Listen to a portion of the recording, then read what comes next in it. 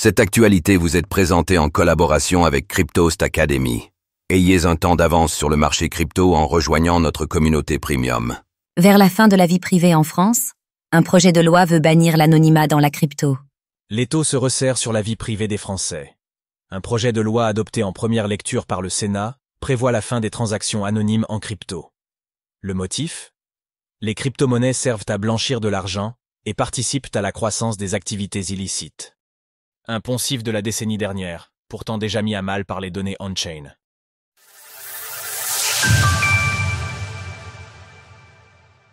Fin de la vie privée pour les détenteurs de crypto-monnaies ? Un projet de loi en procédure accélérée, adopté en première lecture par le Sénat, prévoit une interdiction stricte des services d'anonymisation des transactions en crypto-monnaie, impactant aussi bien les prestataires de services sur actifs numériques, PSAN, que les utilisateurs particuliers. Ce texte, présenté comme visant à renforcer la lutte contre le blanchiment d'argent et le financement du narcotrafic, vient en réalité anticiper l'application des normes relatives à MiCA prévues pour 2027, comme indiqué dans l'un des deux amendements. Le même amendement ajoute un article au Code monétaire et financier, précisant que les personnes mentionnées au 7° bis de l'article L.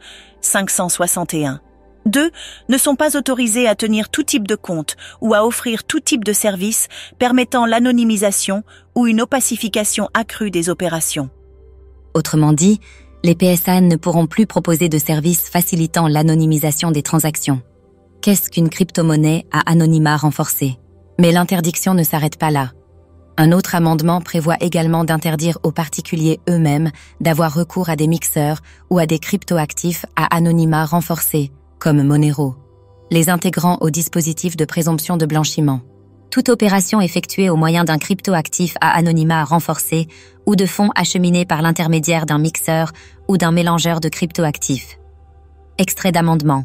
Si le gouvernement défend cette mesure au nom de la sécurité financière et de la traçabilité des flux monétaires, elle constitue en réalité une atteinte directe à la vie privée. Nous vous en parlions il y a peu de temps, lorsque Christine Lagarde affirmait sans sourciller qu'il y avait des liens importants entre crypto-monnaies, blanchiment d'argent et activités criminelles, la proportion d'activités illicites en crypto n'a jamais été aussi basse. Un processus législatif accéléré qui laisse peu de place à la contestation.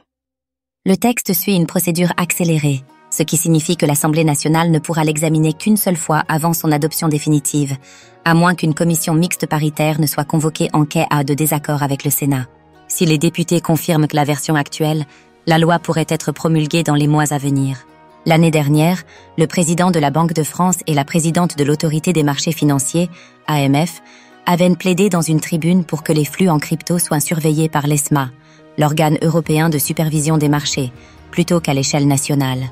De là à voir un lien entre une surveillance intempestive des transactions réalisées en crypto-monnaie et la volonté de l'Union européenne de vouloir à tout prix lancer un euro numérique entièrement traçable et supervisé par la BCE, il n'y a qu'un pas.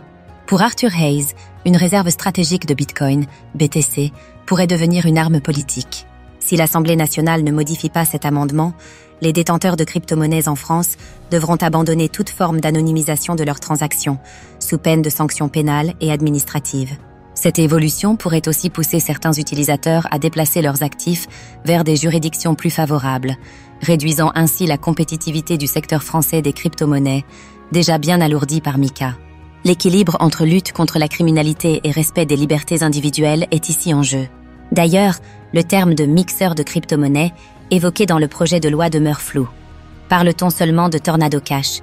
Ou bien nos chers députés et sénateurs vont-ils considérer une simple opération de bridge comme une tentative de dissimuler des fonds ?